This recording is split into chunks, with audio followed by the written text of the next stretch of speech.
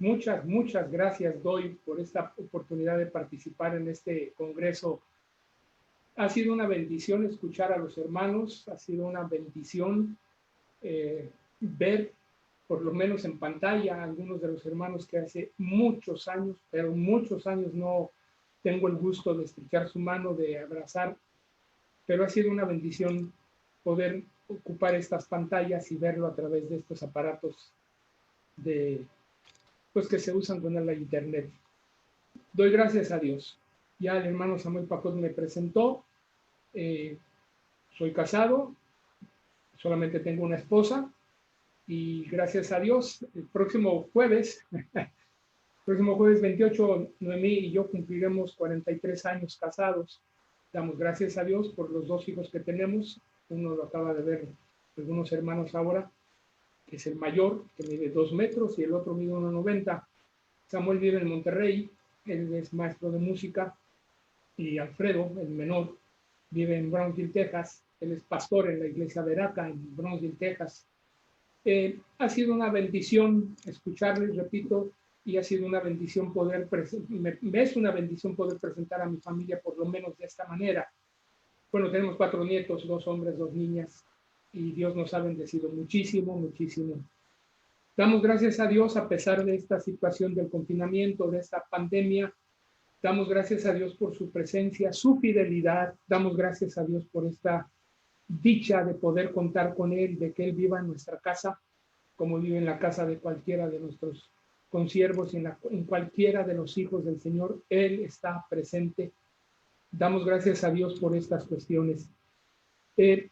Ha sido difícil, a pesar de todo, ha sido difícil este tiempo de contingencia, porque, como ya se ha dicho en otros momentos, en este mismo congreso, nadie lo esperábamos, y particularmente ahora que no estoy pastoreando directamente una iglesia, tengo la bendición de desarrollar un ministerio en el área de la consejería, en el área de la capacitación, en el mentoreo, en estar yendo de aquí para allá, en muchas partes y aquí mismo en la ciudad para trabajar con pastores, iglesias, etcétera. Doy gracias a Dios por la oportunidad de dar clases en el seminario Lomas Verdes, por la oportunidad de hacer una función en el seminario Lacey como presidente del consejo directivo. Doy gracias a Dios por todas estas posibilidades que el Señor ha abierto. Y a partir entonces, de agosto del 2018, dejamos la Iglesia Bautista Filadelfia de aquí de Matamoros. La dejamos con 2 pastores que eran ya miembros de la iglesia y que por la gracia de Dios me permitió participar en su capacitación, en ese discipulado del que se ha estado hablando, y están pastoreando los hermanos ahí la iglesia. Y gracias a Dios por las experiencias de las últimas fechas que algunos de ustedes saben y que por obvias razones me permito no hacer comentarios específicos. Para ir entrando en materia, yo quiero hacer un breve comentario, muy breve comentario de los sermones y ponencias que he escuchado. Me han sido de muchísima bendición y no quisiera yo faltar a la dignidad y a la bondad de quienes han tomado la palabra y nos han bendecido, me han bendecido con su expresión. Mas permítanme, sin afán de hacer una exclusión de nadie, dar gracias por el énfasis que Héctor Correa hizo acerca de la oración, porque la manera en que lo presentó y lo que habló sobre la oración me pareció a mí extraordinario y fue muy refrescante. Ahora, esa fue mi experiencia y probablemente digan ustedes, pues es que te pegó a ti más. Sí, la verdad es que me pareció muy importante hablar de la oración en el ministerio pastoral. Y me pareció también muy agradable, muy desafiante lo que se manejó en estos, particularmente hoy, sobre el hacer discípulos. Y desde ayer, cuando el hermano Jaime Rojas anoche empezó a hablar sobre el hacer discípulos y cómo abordar este mandato del Señor, el hacer discípulos, y como hoy lo dijo algunos de los hermanos, ser para hacer, me pareció también genial. me ponía yo en la tentación de mejor hablar del discipulado, pero obviamente claro que no. Me pareció también de mucha bendición el recorrido histórico que hizo el hermano Omar acerca de, y tocó algunas adversidades que el pueblo de Dios, que la iglesia ha experimentado a través de la historia. Ese recorrido me pareció muy rico. Y ahora entonces, meterme al tema que me han pedido, las acciones pastorales en tiempos difíciles, o que escogí trabajar, mejor dicho, acciones pastorales en tiempos difíciles, que equivale a la atención pastoral en la aplicación de principios y acciones concretas en los momentos de crisis. Y con la reflexión que hizo Omar en la mañana, me quedé pensando en las experiencias que está teniendo la iglesia o que ha tenido la iglesia, por ejemplo, en nuestro estado de Chiapas, y toda esa persecución que se tuvo en años pasados y que todavía sigue, aunque aparentemente en menor intensidad y en menor impacto, pero ahí está la persecución a la iglesia. Y también entonces primero pensé en Chiapas, y luego recordé la experiencia de la iglesia en China, cuando la revolución cultural con Mao Zedong, en donde la iglesia estuvo muchos muertos, muchos expulsados del país, sobre todo y particularmente los misioneros, pero muchísima iglesia en la cárcel y bajo la intención del gobierno de exterminar la iglesia. La sorpresa es que cuando termina esta forma de ser del gobierno para con la iglesia cristiana, se sorprenden de que encuentran una iglesia multiplicada de manera impresionante, sin Biblias, en las celdas, en las cárceles, pero con un corazón, cada cristiano, cada cristiana, con un corazón confiado y responsablemente puesto para servir al Señor y compartir con otras personas que por diferentes motivos, situaciones diversas, estaban presos. Sin Biblias, repito, pero con la palabra encarnada en su corazón y en su mente, con la palabra memorizada, pero particularmente y sobre todo con la palabra encarnada. Entonces, la crisis que vivió la iglesia en China, la crisis tan terrible, ¿cómo les llevó a la iglesia, y no solamente a pastores y líderes de iglesias, sino a la iglesia a tener acciones pastorales, en donde el consuelo, el consejo, el acompañamiento se hizo más que evidente? Y el fruto lo conocemos. Y mucho ha sucedido aquí con la iglesia en Chiapas y en otras zonas del país nuestro, en donde ha habido una cierta persecución. ¿Y qué decir de otros países en donde los cristianos son perseguidos? Y la experiencia de una de las misioneras mexicanas que ha estado en Yemen y en otras partes perseguidos. Y cómo ha sido de vital importancia proyectar amor, sembrar paz, cultivar confianza y misericordia en el corazón de quien ha sido perseguido. Han sido situaciones de mucho conflicto. Hoy, en nuestras calles, en las calles de muchas de nuestras ciudades y quizá en todas, la violencia en las calles. La violencia que no respeta nada ni a nadie y cuyas expresiones con esas máscaras que toman en un momento con armas y en otro momento con un teléfono para hacer extorsión o en otro momento con secuestros y etcétera. Todo un terrorismo con diferentes máscaras, pero con el mismo lenguaje de poner en crisis, de poner en alto peligro y en no pocas ocasiones en muerte a la población en general y también a muchos cristianos, pastores, hermanos queridos en la fe. Son situaciones reales que han complicado mucho la actividad de la iglesia Sé de algunos y por obvias razones no puedo decir nombres, pero he sido testigo de cuántos han sido perseguidos, pastores, miembros de iglesia, cuántos han sido matados después de pagar un rescate y etcétera. Son situaciones que vivimos. Y aunque el tema en particular o la circunstancia particular que nos tiene en este momento acá es la pandemia por el COVID, no puedo dejar de pensar con ustedes tantos templos que antes de esta pandemia y este confinamiento, tantos templos que fueron violentados, tantas familias que fueron violentadas, tantas iglesias que fueron violentadas. Es una realidad.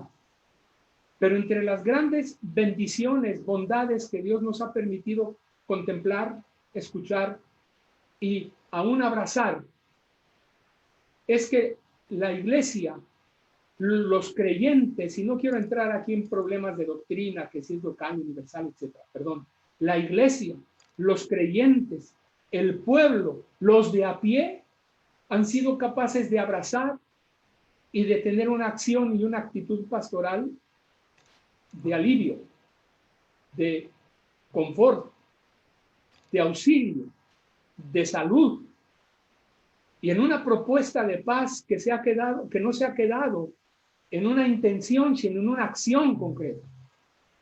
Esas son realidades.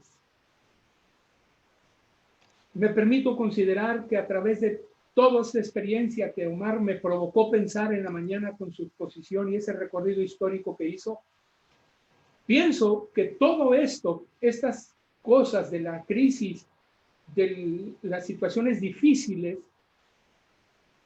son juicio, son enseñanza y transforman la iglesia. Son juicio de Dios, pero también a partir del juicio de Dios, el juicio que hacemos la propia sociedad para con nosotros. Y son enseñanza. ¿Cuánto hay que aprender? Y cómo hay todavía cosas que aprender. Y la transformación que se ejecuta de manera dinámica, aunque silenciosa a veces, o así parece, pero de manera dinámica, cómo Dios transforma el corazón y transforma las dinámicas de las iglesias y las dinámicas de los pastores y la dinámica de hacer discípulos y la dinámica de hacer evangelismo, misiones, cómo Dios lo transforma, porque no cabe duda, la Escritura dice, todas las cosas ayudan a bien. Y a veces no sabemos cómo, pero en este tiempo, particularmente este que nos toca vivir del confinamiento, a mí me parece que estos tres puntos, estas tres expresiones, juicio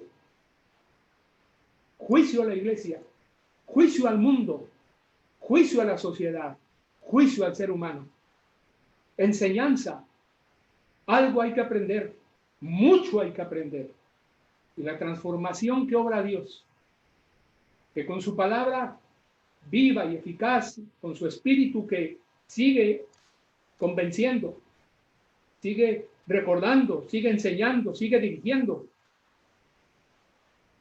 Juicio, enseñanza y transformación que Dios obra y que en un momento dado la respuesta de la sociedad aún no creyente, la respuesta de la sociedad son elementos que Dios usa para que el pueblo aprendamos.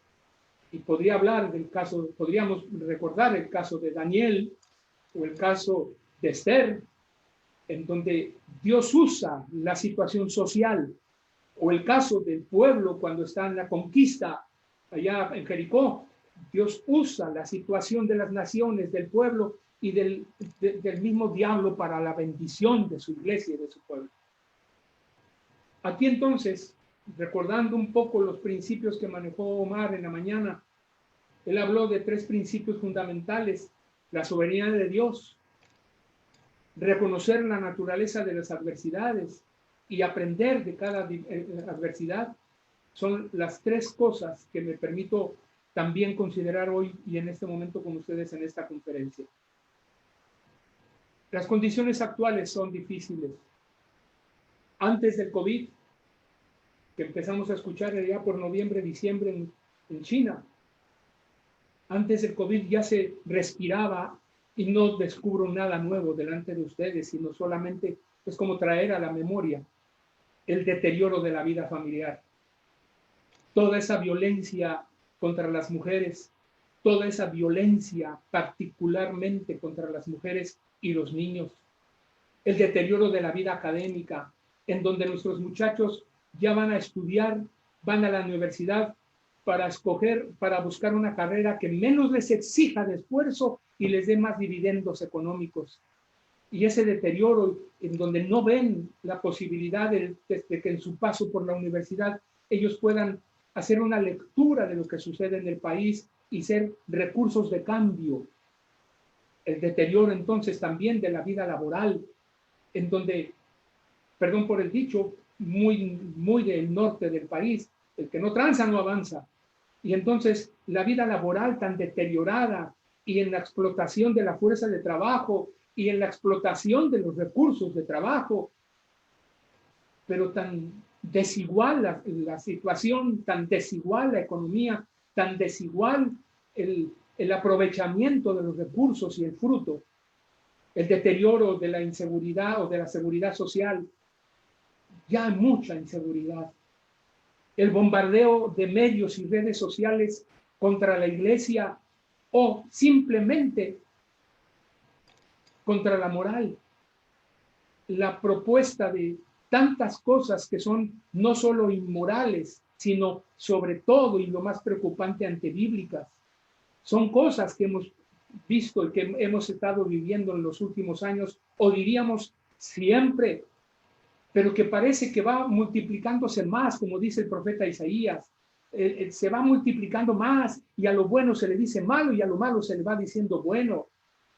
Y la expresión del Nuevo Testamento cuando habla de por haberse multiplicado la maldad en expresiones de Jesús.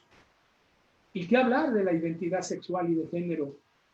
¿Qué hablar de tantas estas cosas que se dice ahora que son 111 posibilidades de transgénero, transespecie, tantas cosas? La realidad es que el mundo hemos estado como tierra, como mundo, hemos estado en una situación tan decadente y no han faltado las voces que pretendiendo ser voces proféticas, pretendiendo ser voces con autoridad apostólica, han hablado y han hasta proyectado fechas y situaciones en última instancia y en primera instancia. La palabra la tiene Dios, la primera y la última. Y lejos de charlatanes y lejos de falsos profetas, hay que tomar y hay que regresar a la palabra. Porque precisamente otro de los deterioros que hemos tenido en los últimos años, por lo menos en los últimos años, ha sido el deterioro espiritual y el deterioro eclesial. En donde parece que en las iglesias se trata de entretener a los miembros. Y ya mencionaba algo desde ayer el hermano Jaime y algo también en la mañana Floriano y también Omar. Parece que lo importante en las iglesias es que tengamos éxito en cantidades, en el templo, en las instalaciones y en la cantidad de dinero. Cuando el Señor Jesús nos mandó a ser discípulos. Cuando la razón de ser de la iglesia es la misión de Dios. Y si es la misión de Dios, entonces es la misión de la iglesia, es nuestra. Es un deterioro espiritual, en donde la palabra de Dios, la Biblia, poco se lee, menos se estudia y menos se ama. Y por lo tanto, menos todavía se vive. Seguimos teniendo programas, actividades, diversas acciones. Y alguien habló en estos días pasados, ayer mismo, se habló de activismos, muchas actividades, y se habló del templocentrismo, cosas reales, genuinas, auténticas. Son deterioros. ¿Qué hacer como pastores ante todas estas cosas? Crisis. Son crisis. ¿Qué es una crisis? Lo sabemos todos. Es un momento en la vida de un individuo o grupo. Es un momento en el cual hay que enfrentar algo que está casi incapacitando o que está deteriorando la vida de la persona o el grupo. Una crisis es eso. Una crisis es un estado temporal en donde se trastornan las cosas, se desorganiza lo que se tiene. Y obviamente todo ese deterioro que me permití enumerar solamente para recordarlo. Y el confinamiento que estamos viviendo desde hace algunos meses, obviamente que nos desorganizó en todo.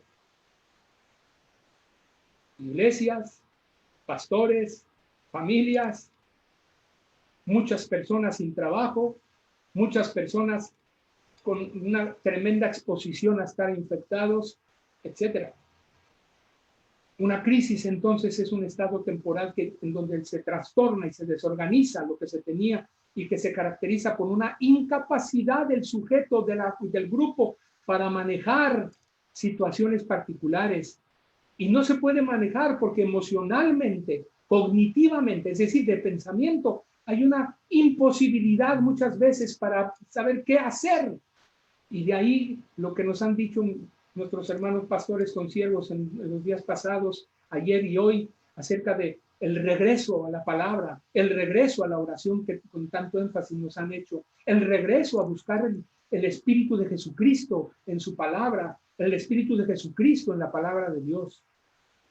Por eso, cuando pienso en las acciones pastorales en tiempos difíciles, es un tiempo, hermanos consiervos, es un tiempo para la reflexión, la meditación de la palabra.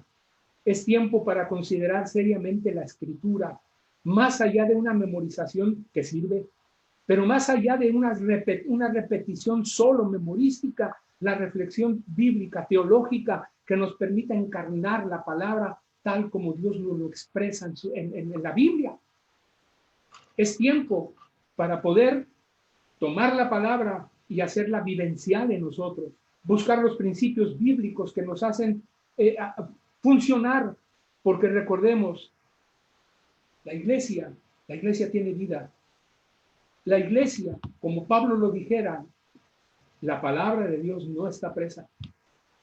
Y si ahora, por la bendita gracia de Dios, a la Alianza Ministerial Bautista de México, se le ocurrió, y yo digo que Dios le inspiró a tener estos congresos mediante este recurso de la Internet, entonces es tiempo de que recuperemos la palabra y reorganicemos nuestras ideas, reorganicemos nuestras formas, reorganicemos, revisemos en profundidad lo que hacemos, lo que hemos hecho y lo que ahora tenemos que hacer. Y creo que no simplemente será regresar al templo y seguir con el mismo ritmo y la misma situación. Probablemente algunos tengamos o tengan que seguir así, pero me parece que hay que reflexionar seriamente. Cuando pienso en la teología pastoral, pienso, como diría un escritor, un teólogo, el amor es el elemento determinante. Porque quien ama a Dios, ama a la iglesia. Y quien ama a Dios, ama a la iglesia, proyecta su amor a Dios y a la iglesia hacia el mundo. Por eso hay que ver desde el criterio del amor, la interpretación, cómo hacer el cuidado de las personas. En estos tiempos la iglesia ha tenido que estar en sus casas y muchas iglesias han ocupado la internet para poder celebrar cultos. Hay hermanos que consideran, y lo sé porque me lo han dicho varios hermanos, o algunos hermanos, que eso no es importante, que lo importante es mejor mandar mensajes personales y hablar por teléfono. Yo creo que eso está muy bueno, pero que no sobra, para nada sobra, el poder hacer comunidad en este recurso de la internet, porque la comunidad no solamente se vive en el templo, en las reuniones sociales y las fiestas. La comunidad es la iglesia que es capaz de comunicarse y de ocupar los recursos que se tienen en el momento para poder expresarse el amor a Dios, el amor como cuerpo y el amor que desde el cuerpo se tiene hacia el mundo. Es interpretar entonces bajo el criterio del amor que escucha, del amor que se acerca, es el cuidado de las personas. Y también, obviamente, hay que interpretar el significado de los datos que vamos teniendo. Y datos como, por ejemplo, ¿Qué hacer con nuestros alumnos, los muchachos que están en las escuelas y que sufren tanto por la falta de tecnología? Y que sufren tanto porque el Internet se va y las calificaciones, y aunque se ha dado la orden, o por lo menos se ha mencionado que nadie va a reprobar año, la pregunta es, ¿será más importante el pasar o no pasar de año que el conocimiento y el desarrollo integral de la persona? Eso hay que reflexionarlo. Y entonces, como iglesia y como pastores, hay que interpretar datos como ese y otros más, como la salud y la crisis económica, la falta de trabajo, la pérdida de los empleos y los hermanos que viven o estaban saliendo con sus carros de paleta, comerciantes en la calle, y que en muchas ciudades los han quitado.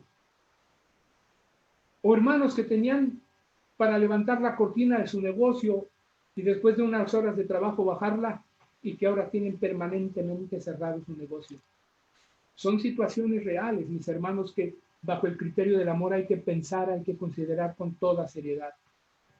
Y hay que interpretar desde el amor que escucha, que se acerca, el crecimiento en el conocimiento que vamos teniendo como pastores y como iglesias. Nuestras capacidades, la capacidad de la iglesia.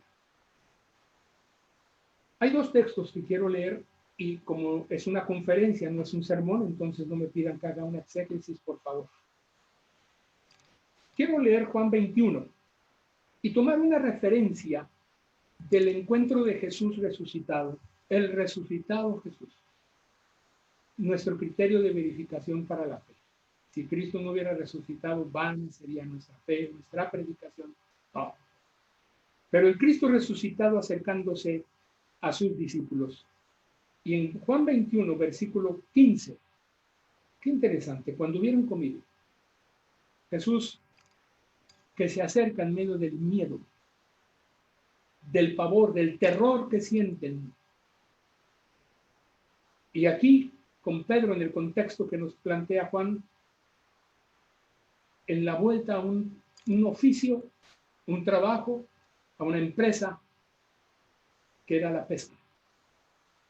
Cuando hubieron comido, Jesús dijo a Simón Pedro: Simón, hijo de Jonás, ¿me amas más que estos?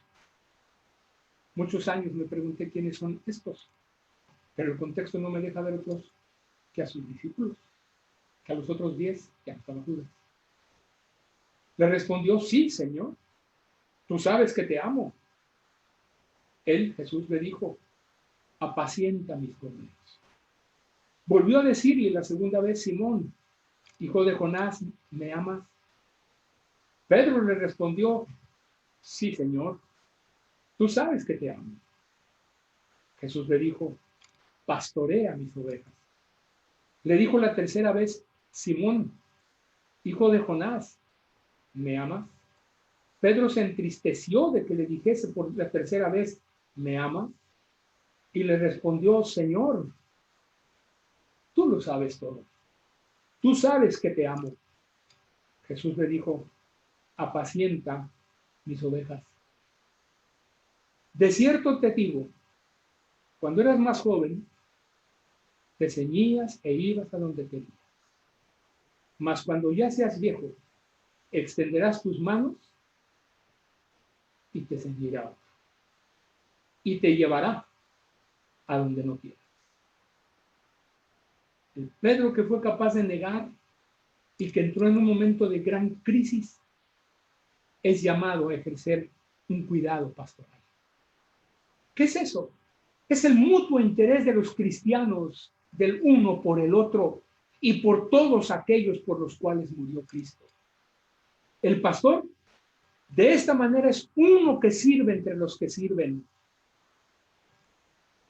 Hay que quitarnos, hermanos pastores, hay que hacer a un lado esa codependencia en donde si no estoy yo en todas las cosas, entonces no soy bueno, no sirvo para nada. Como si fuera una adicción. El pastor es uno que sirve entre los que sirven. El papel del pastor como maestro, como ejemplo, liderando, se efectúa dentro del ministerio pastoral de toda la iglesia. La iglesia se cuida a sí misma en el ejemplo y la función pastoral, pero la iglesia cuida de la humanidad herida cuando encarna la presencia redentora en medio de las necesidades reales como esta. Ha sido maravilloso escuchar de iglesias, y permítanme decirlo, particularmente de la iglesia donde somos miembros, mi esposa y yo, la iglesia bautista Siloé, en Matamoros, en donde nuestro pastor, Diego Escalante, ha tenido diferentes acciones y ha hecho convocatoria a la iglesia para atender necesidades de la misma iglesia y necesidades de la colonia, del barrio en donde está ubicado el templo y en donde hay muchos de los hermanos de la iglesia. Ha sido muy interesante esto, y tener los cultos y tener una particular atención a los niños, excelente, pero la iglesia atendiendo a los demás, acciones pastorales. Por eso, hablar del principio del amor no es simple y sencillamente hablar de un romanticismo religioso, es hablar de aquello que nos mueve. Un principio puede definirse como una verdad fundamental, y esa verdad fundamental debe provocar un sistema, debe motivar, debe estimular ideas, conceptos, creencias, comportamientos, acciones. Y esa verdad fundamental no es otro que el amor de Dios. No es otro que el amor de Dios. Este amor de Dios es la verdad del reino que impele al ser, que provoca ser y al hacer pastoral. Amo a Dios, amo a la iglesia y desde la iglesia amo al mundo. El amor de Dios, determinante y rector, encarnado en la presencia en la persona de Jesús, y siendo Él la revelación misma de Dios. Vimos su gloria como del unigénito del Padre, lleno de gracia y de verdad. Esa verdad fundamental como el principio de la restauración de la comunión con Dios. Entonces, primero voy a Dios y después voy y busco la reconciliación de los demás con Dios, pero también con los demás. La idea general del Evangelio lo entiendo. Restaurar mi relación con Dios, restaurar mi relación con la iglesia, restaurar mi relación con el mundo. Sin acepción de personas. Jesús es el buen pastor. Él es el buen pastor. Y se hace evidente como buen pastor en el trato, en el acercamiento, en la atención, la enseñanza, la búsqueda de la sanidad, la llamada a creer que todo lo hace por amor y pone su vida por las ovejas. El amor como el criterio. Y componentes básicos de esta tarea pastoral son, entre otros, la disposición de servicio a quien sea, incluyendo a los humildes. Pero también el afán redentor, que el otro se reconcilie con Dios, se reconcilie con los suyos, conozca la iglesia y esté en reconciliación con las demás personas, la iglesia. Pero también es este concepto básico de la tarea pastoral que tiene como búsqueda la entrega personal en bien del otro. Como cuando Jesús, dice Mateo, al final del Sermón del Monte, la narrativa de Mateo se acerca a aquel leproso. Y mientras todos huyen y algunos toman piedras, porque era lo que se hacía cuando había un leproso, Jesús es capaz de detener su camino, es capaz de detener y de hacer caso omiso seguramente a quienes les decían, vente, es leproso, te va a contagiar, te va a contaminar. Y se acerca a Jesús y aquel hombre le dice, si quieres, puedes limpiar. Y Jesús se acerca y le dice, quiero, estoy dispuesto. Y toma su mano y lo posa sobre el cuerpo de aquel leproso. Hace unos días en el consultorio que tengo, atendí a un individuo que tiene actividades en la violencia. Y yo sé que estamos en un confinamiento. Y yo le dije que entregara su vida a Jesús, que necesitaba, más allá de una terapia psicológica, más allá de una solo consejería de que puedes hacer esto y dejas de hacer lo otro, necesitaba él amor y el amor de Dios. El hombre, un poco más alto que yo, pero con un cuerpo impresionante, se echó a llorar. Le dije que se pusiera en pie, me acerqué y lo abracé. Y le dije, Dios te bendiga. Oramos, le pedimos a Dios por tu vida. Me dijo, por favor. Son principios bíblicos en donde el amor no es una cuestión de discusión, en donde el amor no es una cuestión de ver dónde, cómo, cuándo. Es el principio de la encarnación de Jesús. Pablo Polishuk dice en uno de sus libros que el objetivo del cuidado pastoral es el de edificar el carácter y promover la actualización de las potencialidades de las personas. Y entonces los pastores, maestros, consejeros, líderes, somos llamados a servir y a ministrar. Y ya para ir terminando, porque me quedan 2 minutos, principios. Principios como la palabra, la oración, el amor que determina y que ha de ponernos en el rumbo, en el camino de que Jesús es el modelo del hombre nuevo y que Jesús es capaz de acercarse y entonces mover en nuestro entorno y en nuestro contexto particular, mover todas las estructuras, si son posibles, para que entonces el impacto, el testimonio, la función, la misión de la iglesia pueda ejercerse, pueda llevarse a cabo. Y recordemos, la misión, la iglesia tiene misión porque Dios tiene una misión. La misión de Dios, el Mission Day, la misión de Dios es la misión nuestra. Mis amados hermanos, muchas gracias. Gracias por permitirme compartir estas reflexiones, por permitirme compartir esta meditación. Dije que no era un sermón, que era una conferencia. Y entonces yo quiero terminar con ustedes leyendo unos breves versículos de la primera carta de Pedro en el capítulo 5, pasaje que todos conocemos de memoria quizá. Luego a los ancianos que están entre vosotros, yo anciano también con ellos y testigo de los padecimientos de Cristo, que soy también participante de la gloria que será revelada, apacentad la grey de Dios, que está entre vosotros, cuidando de ella, no por fuerza, sino voluntariamente, no por ganancia deshonesta, sino con ánimo pronto, no como teniendo señorío sobre los que están a vuestro cuidado, sino siendo ejemplos de la grey. Y cuando aparezca el príncipe de los pastores, vosotros recibiréis la corona incorruptible de gloria.